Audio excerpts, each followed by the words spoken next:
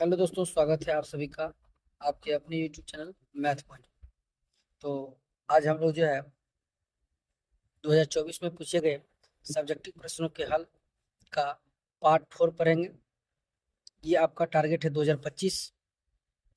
आप लोग को जो है 2025 में शामिल होने वाली परीक्षा में कम से कम जो है 95% प्लस मार्क्स लाना है। यही इस क्लास का उद्देश्य है। आप लोग जो है डेली इस यूट्यूब चैनल पर बने रहिएगा, और अगर आप इस चैनल पर नए हैं तो चैनल को सब्सक्राइब कर लीजिएगा ताकि आपको नोटिफिकेशन मिलता रहे। आइए हम लोग जो है बढ़ते हैं पहले हिसाब की ओर। तो इससे पहले अगर पार्ट 1, पार्ट 2 और पार्ट 3 नहीं देखे हैं तो जाकर जो है प्लेलिस्ट में देख लीजिए। आइए हम लोग पहला वीडियो में चलते हैं। पहला प्रश्न में कहता है द्विघात समीकरण 9x² - 6x + 1 = 0 के विवेचक ज्ञात करें एवं फिर मूलों की प्रकृति बताएं। आपको इसका विवेचक ज्ञात करना है। विवेचक किसको हम लोग करते हैं? विवेचक हम डी को कहते हैं। तो चलिए हम लोग इसका सॉल्यूशन करते हैं। देखिए इसका सॉल्यूशन क्या है। सबसे पहले हम लोग लिख देते हैं 9x² - 6x + 1 = 0। अब हम लोग लिखते हैं x² का जो गुणांक होता है उसको हम लोग a कहते हैं। a बराबर हो गया 9। x का जो गुणांक होता है उसको b कहते हैं। b बराबर -6, और जो कांस्टेंट होता है उसको हम लोग c कहते हैं। अब हम लोग विवेचक निकालते हैं। विवेचक कहते हैं d को। आप लोग पढ़े होंगे d बराबर सूत्र होता है b² - 4ac। तो d बराबर हमने लिख दिया b² - 4ac। b का मान कितना है? तो -6। हम लोग -6 का स्क्वायर कर लेंगे। -4ac 4 इंटू a का मान कितना है? a का मान है 9 इंटू c का मान कितना है? 1। ये हो गया 6 छाक 36 -4 9 36। तो 36 - 36 करेंगे तो कितना होगा? 0। यानी कि आपको जो d का वैल्यू निकल गया वो d का वैल्यू कितना निकल गया? d का वैल्यू आपका निकल गया 0। यानी डी बराबर जब 0 हो गया, आप लोग जानते हैं इसी डी को हम लोग विवेचक कहते हैं। कहता है चूंकि डी बराबर 0 तो मूल क्या होगा? तो आपको पता होगा इसकी जो मूल की प्रकृति होगी वह मूल वास्तविक एवं क्या होगा? वास्तविक के साथ साथ मूल वास्तविक एवं समूल। अब हम लोग इसका मूल निकालेंगे। नहीं, प्रकृति निकाल लिए, प्रकृति बता दिया, मूल निकालेंगे। हम लोग फिर सूत्र लगाएंगे x बराबर। आप लोग जानते हैं कि x बराबर सूत्र क्या होता है। x बराबर सूत्र हम लोग जानते हैं, ये होता है -b + -√d बटे 2a। अब यहाँ से देखिए x बराबर -b, b का मान देखिए यहाँ पर कितना है? -6। यहाँ से हम लोग रखेंगे x बराबर -b का मान -6 + -√d, d का मान हो गया 0, रूट हो गया 0 बटे 2a। 2a का मान कितना है? 9, तो हो जाएगा 9। अब यहाँ पर हम लोग देख सकते हैं यहाँ पर कितना आ जाएगा। तो इसको हम लोग यहाँ लिखते हैं x बराबर, यहाँ देखिए माइनस माइनस हो जाएगा +6, और ये 0 है तो प्लस माइनस ये हो जाएगा 0। और यहाँ पर देखिए 9 को 2 से मल्टीप्लाई करेंगे 18। अब यहाँ पर मूल की बात करते हैं तो x का 2 मूल होता है। एक बार प्लस की क्रिया करेंगे और एक बार माइनस की क्रिया करेंगे तो ये भी हो जाएगा 6 - 0 और बटे 18। यानी ये भी हो जाएगा 6 बटे 18, ये भी हो जाएगा 6 बटे 18। यहाँ से देख सकते हैं 6 तिया 18, 6 तिया 18। तो यहाँ पर दोनों मूल निकल गया, x बराबर 1/3 और x बराबर 1/3। इस प्रकार से इसका जो मूल्य निकल गया, कितना निकल गया? 1/3। यहाँ पर लिख देंगे अतः समीकरण के मूल मूल कितना होगा? 1/3, 1/3। इस प्रश्न का आपका ये उत्तर हो गया 1/3 और 1/3। आइए हम लोग दूसरे प्रश्न की ओर चलते हैं। और इस दूसरे प्रश्न में क्या है? दूसरे प्रश्न में आपको जो है लगाना है सूत्र। क्या लगाना है? इसमें कह रहा है कि त्रिभुज का क्षेत्रफल ज्ञात करें जिसके शीर्ष बिंदु जो है क्रमशः 0 4 3 6 -8 और -2 दिया गया है। हम लोग इसमें त्रिभुज का क्षेत्रफल निकालेंगे, कोऑर्डिनेट। तो इसका हम लोग हल करेंगे। सबसे पहले हम लोग लिख देते हैं। देखिए पहला कोऑर्डिनेट है, हम लोग लिखेंगे x1 बराबर 0, y1 बराबर 4। फिर लिखेंगे x2 बराबर 3, y2 बराबर 6। उसके बाद लिखेंगे x3 बराबर -8, y3 बराबर -2। अब हम लोग को क्या करना है? तो त्रिभुज का क्षेत्रफल निकालना है। तो हम लोग जानते हैं कि त्रिभुज का क्षेत्रफल क्या होता है। त्रिभुज का क्षेत्रफल होता है 1/2। देखिए अब आपको इसमें से याद रखना है क्या? अब इसमें से आपको याद रखना है x1 को यहाँ रख देना है। उसके बाद 23, 31, 12 याद रखना। 23 बोले तो y2 minus y3 plus x2 हो जाएगा। 23 के बाद 31 बोले y3 माइनस y1। 12 बोले तो यहाँ पर x3 लिख देंगे और 12 है 23, 31 और 12 यानी y1 माइनस y2। ये आपका सूत्र हो गया। सभी का मान इसमें रख देते हैं 1/2 इंटू x1। देखिए x1 का मान कितना है 0, तो 0 y2 माइनस y3। y2 कितना है 6, तो रख दीजिए 6 माइनस y3 कितना है -2। यहाँ पर रखेंगे -2। अब यहाँ देखिए प्लस x2 कितना है 3, तो रखिए 3। y3 कितना है -2, तो -2 माइनस y1 कितना है 4, तो -4 प्लस x3 कितना है -8। ये हो गया -8 इंटू y1 कितना है 4 माइनस y2 कितना है 6। अब यहाँ से देख सकते हैं 1/2।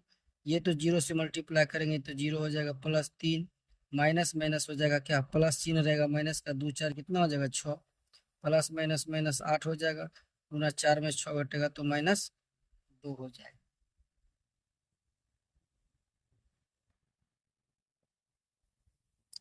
अब यहाँ पर हम लोग देख सकते हैं कितना हो जाएगा, तो ये हो जाएगा 1/2 इंटू ये तो 0 हो जाएगा, 3 को 6 से करेंगे ये हो जाएगा -18 और यहाँ पर देख रहे हैं माइनस गुना माइनस ये हो जाएगा +8 दूनी 16।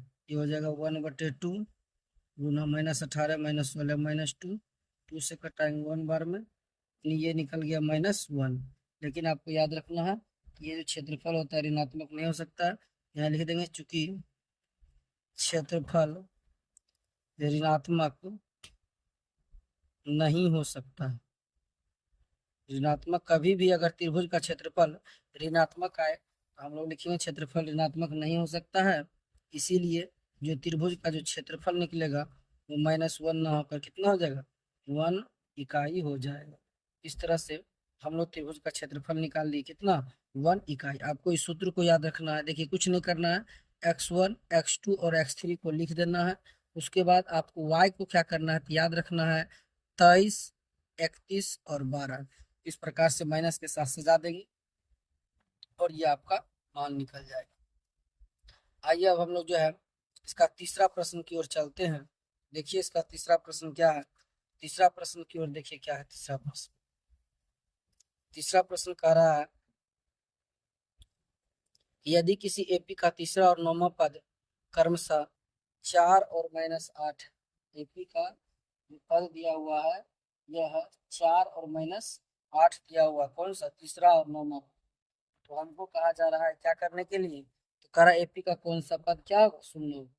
अब हम लोग हल करते हैं। सबसे पहले जो चीज दिया हुआ उसको लिख दीजिए। यहाँ पर देखिए दिया हुआ तीसरा और नौवां लिखेंगे, चूंकि A3 बराबर कितना दिया हुआ ये तीसरा पद 4, तो लिखेंगे A3 बराबर 4। उसके बाद A3 बराबर 4 दिया है तो A3 को हम लोग लिख सकते हैं क्या A + 2D = 4। इसको मान लेंगे समीकरण फर्स्ट। पुनः हमको दिया हुआ नौवां पद कितना है, नौवां पद दिया हुआ -8, यहाँ पर लिखेंगे A9 बराबर -8। नौवां पद को लिखते हैं A + 8D। A + 8D बराबर हो जाएगा -8। ये हो गया समीकरण 2। अब हम लोग क्या करेंगे समीकरण फर्स्ट और समीकरण सेकंड को क्या करेंगे हल। समीकरण फर्स्ट और समीकरण सेकंड को जब हल कीजिएगा यहाँ पर लिखेंगे समीकरण 1 एवं 2 को हल करने। अब समीकरण 1 एवं 2 को हमको हल करना है तो लिख सकते हैं पहला क्या है A + 2D बराबर 4, दूसरा है A + 8D बराबर -8। यहाँ पर देखिए दोनों समान है तो हम सीधा लिख देंगे, क्या करेंगे इस पर लिखेंगे घटाने पर। जब घटाने पर लिखते हैं तो चिन्ह बदल जाता है, यहाँ प्लस है तो माइनस, प्लस है तो माइनस, माइनस है तो प्लस। ए और ए प्लस माइनस कट जाएगा और 8 में 2 को घटाएंगे। 8 में जब 2 को घटाएंगे तो कितना हो जाएगा, 8 में जब 2 को घटाएंगे यहाँ आपका हो जाएगा 6D। तो माइनस का साइन बड़ा है तो हो जाएगा -6D बराबर। अब यहाँ देखिए प्लस है 8 4 जोड़ेंगे तो कितना हो जाएगा 12 हो जाएगा।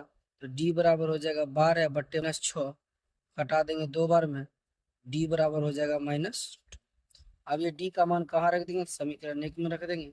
यहाँ लिखेंगे समीकरण 1 में डी का मान रखने पर, समीकरण 1 में हमको क्या करना है, समीकरण 1 में डी का मान रखना है। देखिए दोस्तों, ये बहुत इजी हिसाब है, आप लोग को आराम से समझ में आना चाहिए। समीकरण 1 क्या है, समीकरण ये है 1, a + 2d = 4। अब इसमें क्या करेंगे, डी का मान, तो डी का मान मैंने निकाला कितना, -2, यहाँ पर रख दीजिए -2, ये हो जाएगा a + 2 गुना डी का मान -2 बराबर हो जाएगा 4।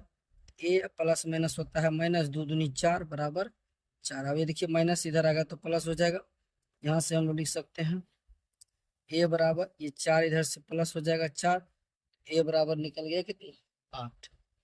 ए बराबर आपका निकल गया 8। अब हमको कहा जा रहा है, बताइए कि इस एपी का कौन सा पद शून्य है। यहाँ लिख लेंगे, माना कि एपी का एनवा पद यानी ए एन बराबर 0 हो। जब ए एन बराबर 0 मानेंगे, यहाँ पर ए एन का सूत्र आप लोग जानते हैं क्या होता है, ए + n - 1 गुना डी बराबर होगा 0। ए + n - 1 इंटू डी बराबर 0। ए का मान कितना निकाले, 8, तो लिख दीजिए 8। एन का मान कितना है, एन का मान ही तो हमको निकालना है ना, एन के जगह पर एन रख देंगे। उसके बाद क्या करेंगे, -1 है। डी का मान कितना है, डी का मान है -2, तो गुना में हो जाएगा -2 और बराबर में 0। 8 प्लस इधर आएगा तो माइनस में हो जाएगा, ये हो जाएगा n-1 इंटू -2 बराबर -8। ये 2 मल्टीप्लाई में इधर आएगा तो डिवाइड में हो जाएगा, n-1 बराबर -8 बट्टे -2, माइनस माइनस कर जाएगा तो उसका कटेगा 4 बार में, ये हो जाएगा n-1 बराबर 4, n बराबर हो जाएगा 4, ये माइनस इधर आएगा प्लस में, n बराबर हो गया 5। n का मान कितना निकल गया, 5 लिखेंगे। अतः एपी का पांचवा पद, कौन सा पद, पांचवा पद क्या होगा, एपी का पांचवा पद 0 है। तो यानी कि इसका जो उत्तर आया, एन का मान कितना है 5, एपी का जो पांचवा पद है वो 0 है।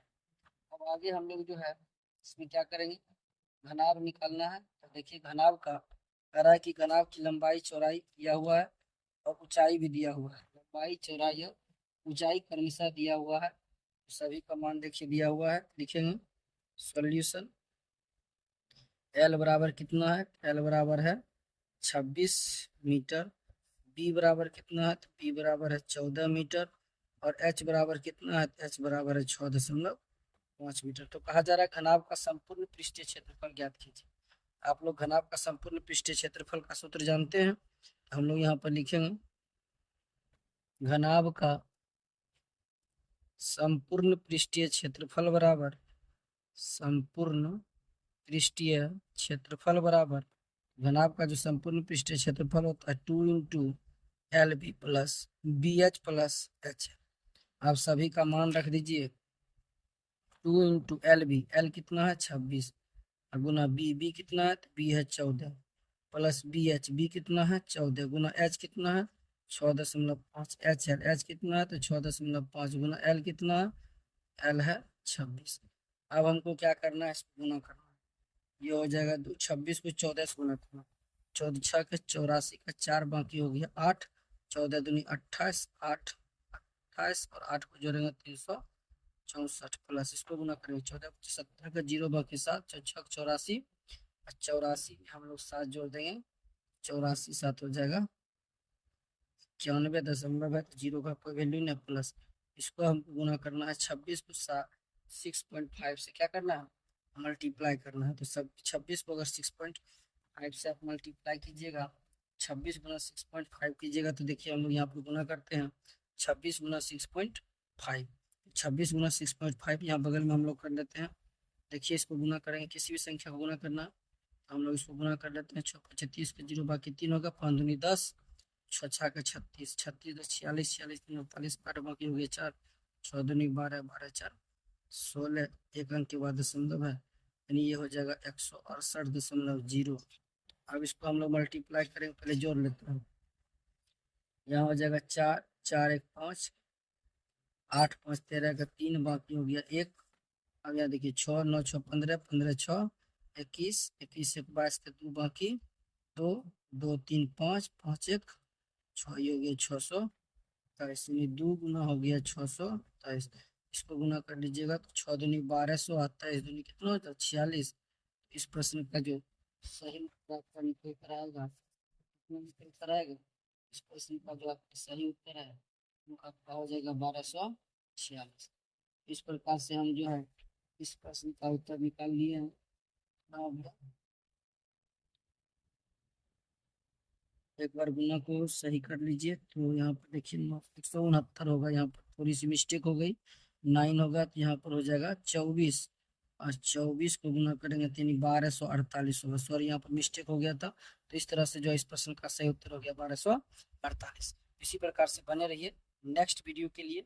आप लोग यह सीरीज को बनाए रखिए, और यह सीरीज तब तक चलेगा जब तक आपका बोर्ड का एग्जाम नहीं हो जाता है। और इसका उद्देश्य एक ही है, आपको जो है परीक्षा में 95% गणित में मार्क्स दिलाना है। बने रहिए अगले वीडियो के लिए। धन्यवाद।